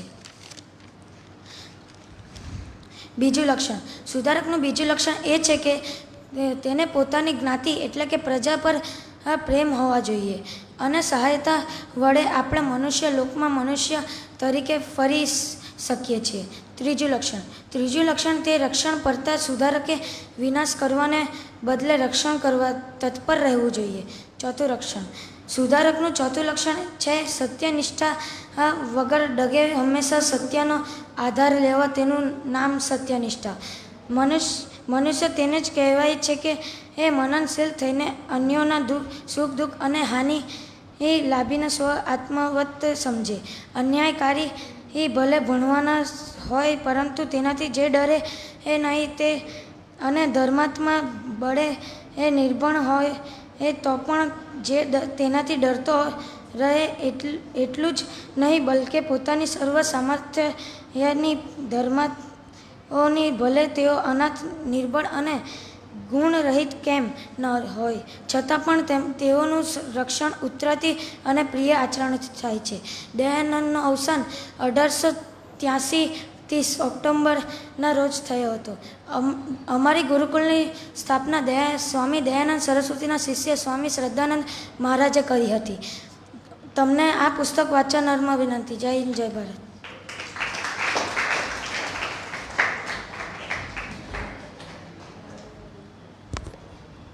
સરસ. હવે આગળનું સંચાલન પ્રીતિ આંટી કરશે.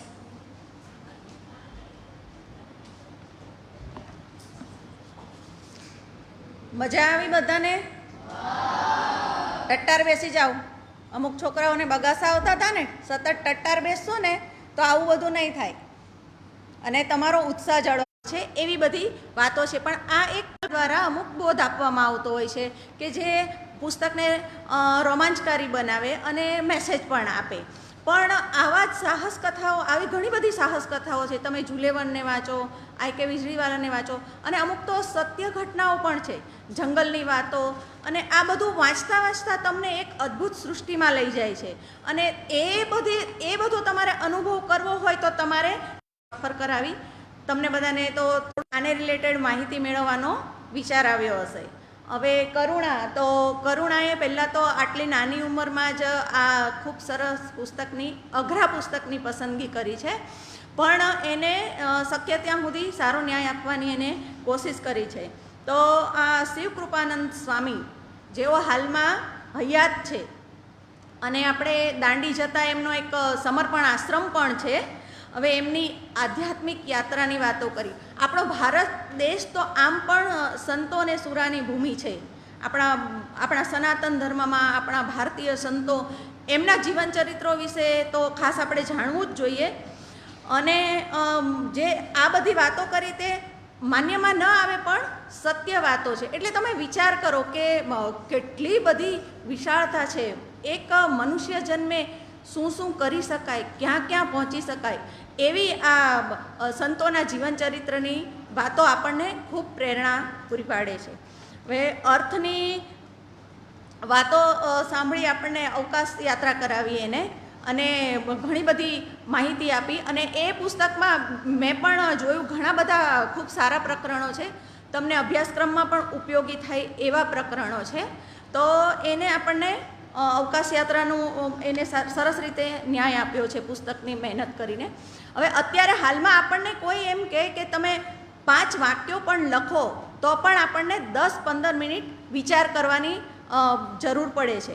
આપણે તત્કાલ એવું લખી નથી શકતા. તો આ 4 વક્તાઓ જે છે એમને લગભગ 15-20 દિવસથી આ તૈયારીઓ કરી છે, અને એ મોઢે બોલી શકે છે કારણ કે એમને પુસ્તક વાંચ્યા છે. બરાબર? તો આટલું રજૂ કરવા માટે પણ ઘણી હિંમત જોઈએ. તો ધ્રુવે આપણને દયાનંદ સરસ્વતી, સમાજ સુધારક દયાનંદ સરસ્વતીની વાતો કરી.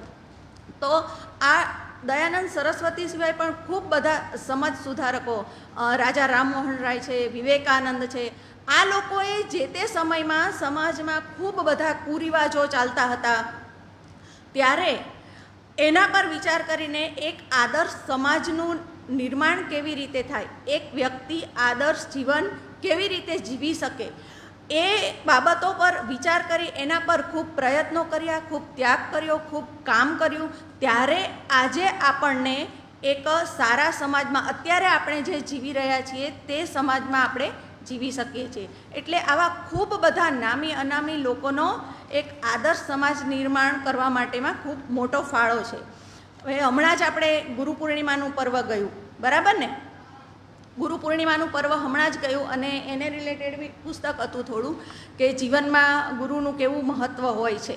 તો એવું નથી કે આધ્યાત્મિક ક્ષેત્રમાં જ તમે ગુરુને ગુરુ બનાવીને આગળ વધી શકો. તમને જ્યાં પણ નાનું નાનું શીખવા મળે છે, જે તમારા વિકાસમાં, પ્રગતિમાં, તમારું જીવન ધોરણ ઊંચું લઈ જાય છે, ત્યાં તમને પ્રેરણા આપે છે, તો એ પણ તમે ગુરુ બનાવીને એમાંથી પ્રેરણા લઈ શકો છો. હવે આજે તમે લાઇબ્રેરીમાં આવેલા છો, તો કેટલા બધા પહેલી વાર જ આવેલા છે એ મેં શરૂઆતમાં જ પૂછ્યું. તો અહીંયાથી પણ તમને કંઈક સ્પાર્ક થાય.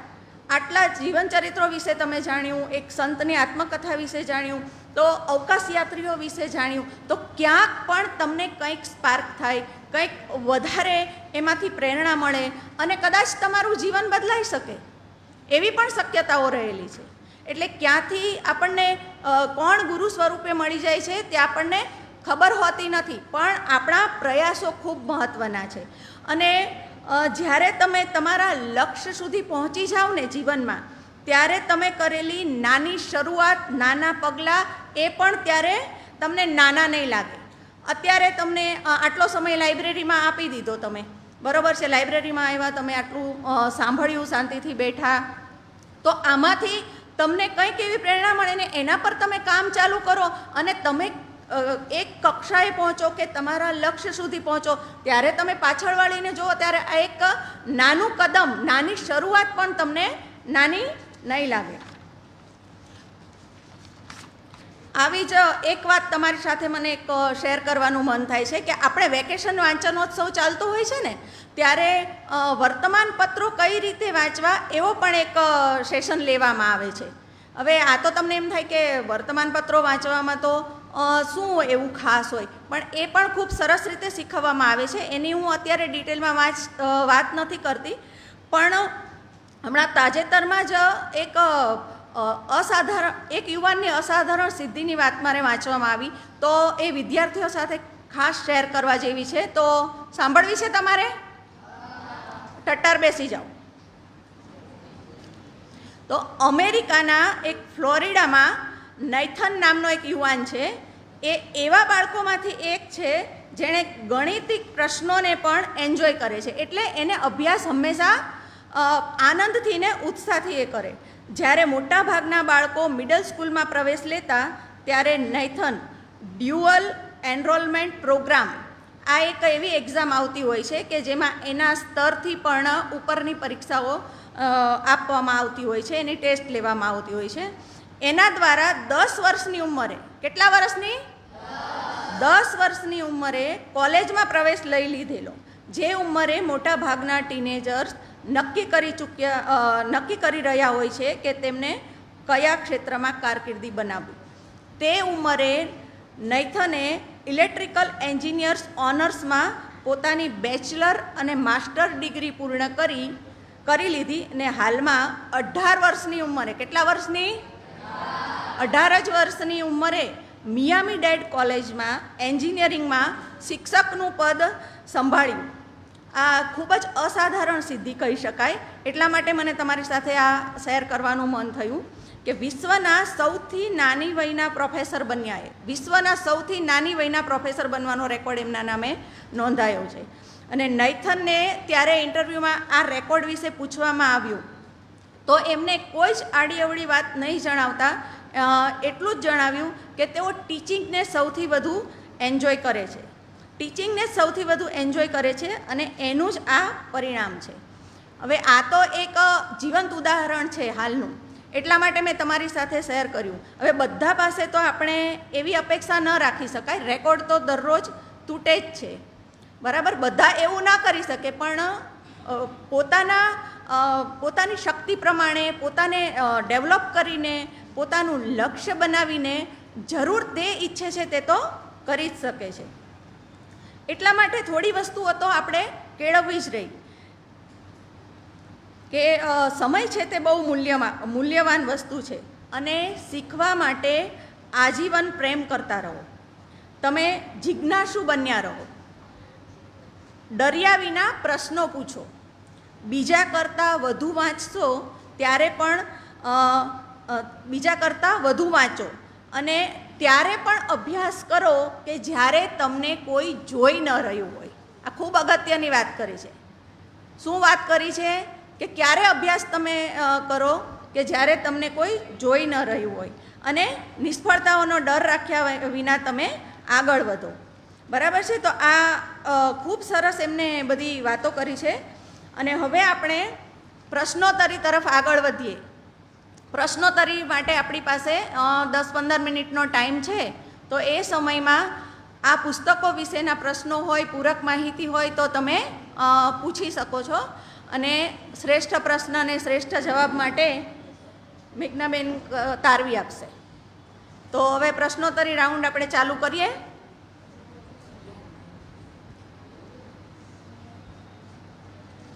ચાલો, કોણ પૂછશે પહેલો પ્રશ્ન?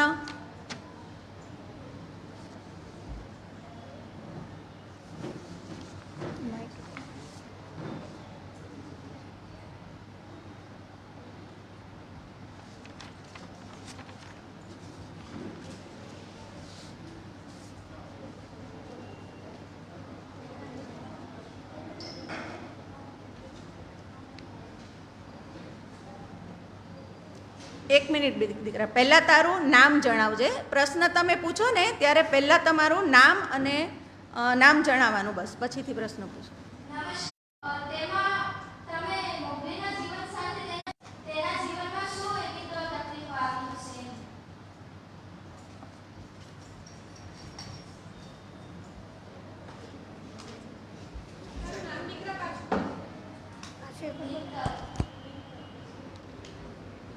કારણ કે મેં કહ્યું તેમ કે બંનેના જીવનમાં એક સમાન જેવું હતું. તેણે પોતાની જે બુક લખી હતી તે પોતાના જે દુઃખો હતા એમાંથી લખી હતી. એમને 5 જ વર્ષની વયે બ્રિટનમાં બોર્ડિંગ સ્કૂલમાં મૂકી દેવામાં આવ્યો હતો. તે તેના માટે ખૂબ જ દુઃખી હતો અને તેને 5 વર્ષની વાતથી જ પોતાના માતા પિતાનું સુખ ન મળ્યું હતું, એટલે સરખાવ્યું છે.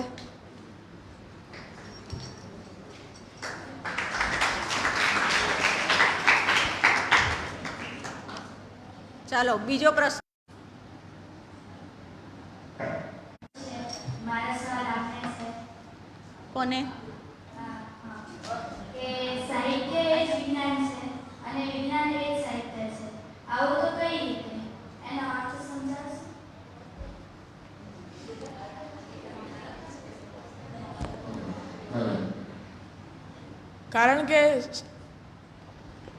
કારણ કે સાહિત્યમાં પણ વિજ્ઞાનનો ઉપયોગ થાય જ છે અને વિજ્ઞાનમાં પણ સાહિત્યનો ઘણીવાર ઉપયોગ થાય છે. તેથી મેં સાહિત્ય અને વિજ્ઞાન સાથે વિજ્ઞાનને સાહિત્યને કહ્યું છું. તેના ઉદાહરણ આપશો? ઉદાહરણ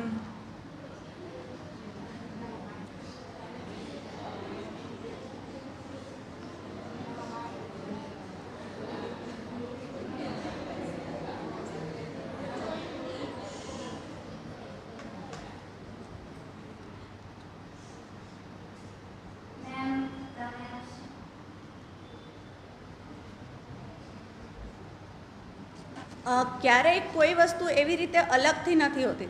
દાખલા તરીકે વિજ્ઞાન અને ધર્મ, વિજ્ઞાન અને સાહિત્ય, બરાબર છે, એકબીજા સાથે બધું ક્યાંક ને ક્યાંક સંલગ્ન હોય છે. તો વિજ્ઞાન અને સાહિત્યનું એવી રીતે કે સાહિત્યનું પણ એક આખું વિજ્ઞાન હોય છે કે કોઈ પણ સાહિત્યની રચના કરતાં તમને અમુક વસ્તુઓ છે તે ઓટોમેટિકલી થતી જ હોય છે. એટલે સાહિત્યની રચના, દાખલા તરીકે હું મારી સમજણ પ્રમાણે કહું છું, હવે એ કેટલું સાચું હોય એ મને બી નથી ખબર, પણ હવે તમે કોઈ સાહિત્યની કે એક રચના કરતા હોય છો તો એની અંદર એટલું ઇફેક્ટિવ તમે કંઈ ઉમેરી શકો છો, કંઈ તમે લેખન કરતા હોય ત્યારે, કે હવે અમુક વાચક છે એના જ પુસ્તકો આપણને કેમ ખૂબ વધારે સ્પર્શી જતા હોય છે, બરાબર છે, કે કારણ કે એને અંદર એટલું ઇન્વોલ્વમેન્ટ કરીને લખેલું હોય છે કે કોઈનું પ્રવાસ વર્ણન એટલું તમે વાંચો તો એ તમને આખી એ સૃષ્ટિમાં લઈ જવાની તાકાત ધરાવે છે. તો આની સાથે પણ ક્યાંક ને ક્યાંક એવું મગજનું, વિચારોનું એવું સાયન્સ જોડાયેલું છે. એવી રીતે ધર્મને બાબતે હોય છે કે કોઈ પણ ક્રિયાઓ તમે કરો છો તો એના માટે એક આખી ઉર્જા થતી હોય છે એ વસ્તુની, તો એ આખું સાયન્સ છે. એવી રીતે આ બધી વસ્તુ એકબીજાની અરસપરસ પૂરક હોય છે એવું કહી શકાય. ચાલો નેક્સ્ટ.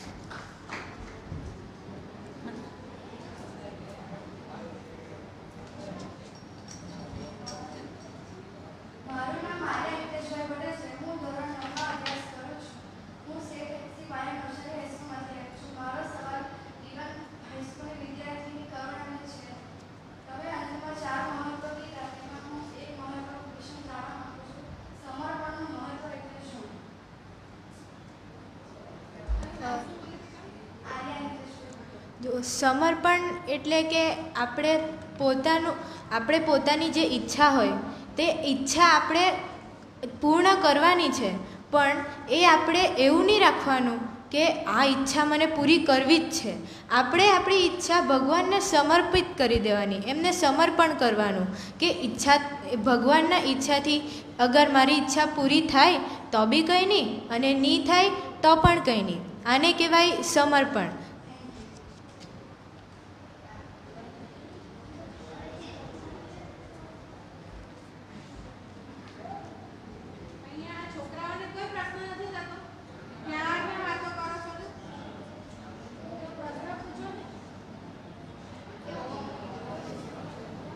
મારું નામ ઓમ છે. મારો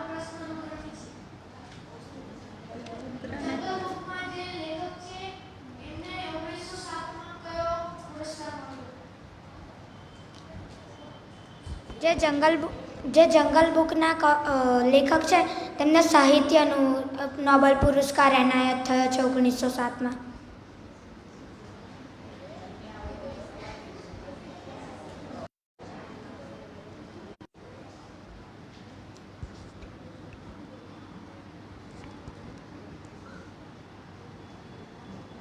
મારું નામ દેવી ચિત્રભાઈ નાયકા છે. હું ગુરુકુળમાં ભણું છું. ગુરુ દયાનંદ સરસ્વતીએ કઈ સંસ્થાની સ્થાપના કરી હતી? ધ્રુવ.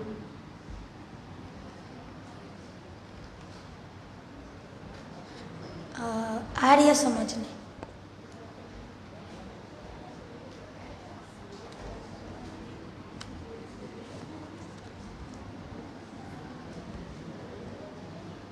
હું પહેલા તો ચારે બાળકોને ખૂબ અભિનંદન કરું છું કે તેમણે ખૂબ જ સરસ બધી પુસ્તકો વિશે અમને જાણકારી આપી અને ખાસ ધ્રુવ માટે કે અમને ખબર ન હતી કે ગુરુ વિદ્યાલય કોણે સ્થાપના કરી હતી અને ક્યારે કરી હતી. તો તમારા દ્વારા અમને જાણકારી મળી કે ગુરુકુળ વિદ્યાલયની સ્થાપના કોણે કરી તે માટે ખૂબ ખૂબ આભાર.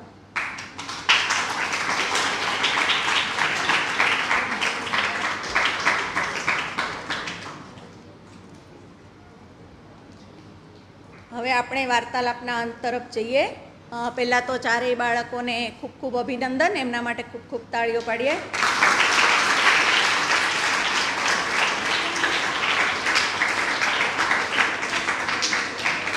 ચાલો, તમને બધાને કંઈ ને કંઈ પ્રશ્ન થયા, કોઈને થયા હશે પણ એમને શેર નહીં કર્યા હોય, પણ તમને પ્રશ્નો થવા એ એક બહુ મોટી વાત છે, બરાબર? તો આજના પ્રશ્નોમાંથી હવે મેઘનાબેન આપણને કહેશે કે કોનો પ્રશ્ન શ્રેષ્ઠ હતો તે.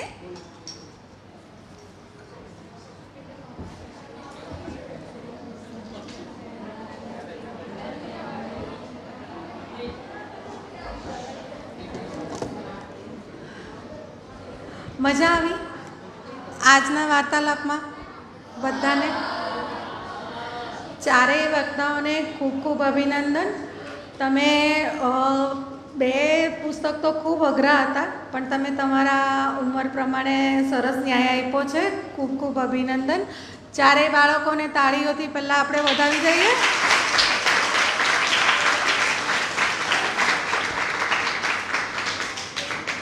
આપણે મને ગમતું પુસ્તક બાળ વાર્તાલાપમાં જે બાળકો પ્રશ્ન પૂછે છે એને આપણે વિશેષ પુરસ્કાર આપીએ છીએ, એ બધાને ખ્યાલ છે? તો આજે જેણે પ્રશ્ન પૂછ્યા છે ને, એમ તો 6 બાળકોએ સરસ પ્રશ્ન પૂછેલા છે. હવે એમાંથી ઉર્વશીએ જે પ્રશ્ન પૂછ્યો ને કે સાહિત્ય એ જ વિજ્ઞાન અને વિજ્ઞાન એ જ સાહિત્ય, તો એને આ પ્રશ્ન કેવી રીતે થયો ને એ પ્રશ્ન મારે એને પૂછવો છે.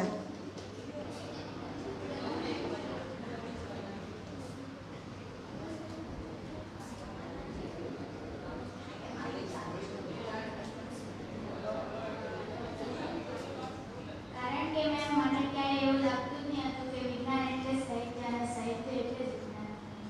કારણ કે મેં ક્યારે આવું જાણ્યું નહીં હતું કે આવું કંઈક થઈ શકે. સરસ. એટલે તે છે ને ધ્યાનપૂર્વક સમજ્યું ને એટલે જ તને આ પ્રશ્ન થયો, ને તે સાંભળ્યું ધ્યાનપૂર્વક એટલે જ તને આ પ્રશ્ન પણ થયો. એટલે હું આજના પ્રશ્નોત્તરીમાં તને વિજેતા જાહેર કરું છું. કારણ કે ટીચર મેં રામાયણને મહાભારતથી જોઈ છે પણ એમાં મને એવું કંઈ એવું લાગ્યું નહીં હતું એટલે મેં પૂછ્યું. રામાયણ ને મહાભારતમાં પણ તને કેમ એવું નહીં લાગ્યું કે તે રામાયણ જોયું હશે તો તને લાગ્યું હશે કે આ વિજ્ઞાન પેલું વિમાન કેમ ઉડ્યું? એવું તને ત્યારે વિચાર ન આવ્યો હતો કે ભગવાન કેમ આમ વિમાનમાં ઉડીને ગયા? રાવણે કેમ સીતાને આવી રીતે લઈ ગયા? તો ત્યાં પણ વિજ્ઞાન તો છે જ. એ તો વિજ્ઞાન તો છે પણ એવું આધુનિક વિજ્ઞાન ને એ વિજ્ઞાનમાં પણ બહુ એમ અને જ્યારે રામ સેતુ બનાવેલો હતો અને એ સૌથી પહેલો આપણો બ્રિજ હતો ભારત દેશનો, કે પથ્થરો નાખીને બ્રિજ બનાવ્યો હતો, એ એમ જ તો નહીં બન્યો ને, એ પણ એમાં પણ વિજ્ઞાન તો છે જ, બરાબર? ચાલો, સૌને અભિનંદન અને શુભ.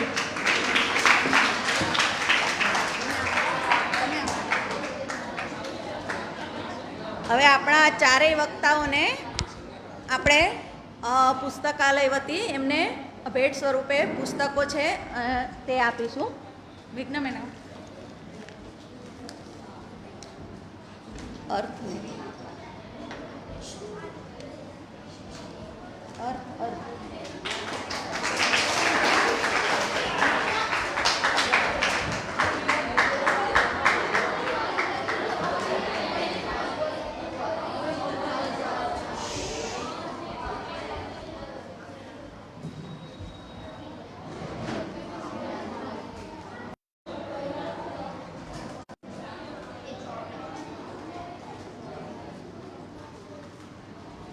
ચાલો તો ફરી પાછા બાળ વાર્તાલાપમાં શનિવારે મળવા માટે આજે અહીંયા આપણે છૂટા પડીએ અને વાંચતા રહેજો, આવતા રહેજો. સૌને શુભ સવાર.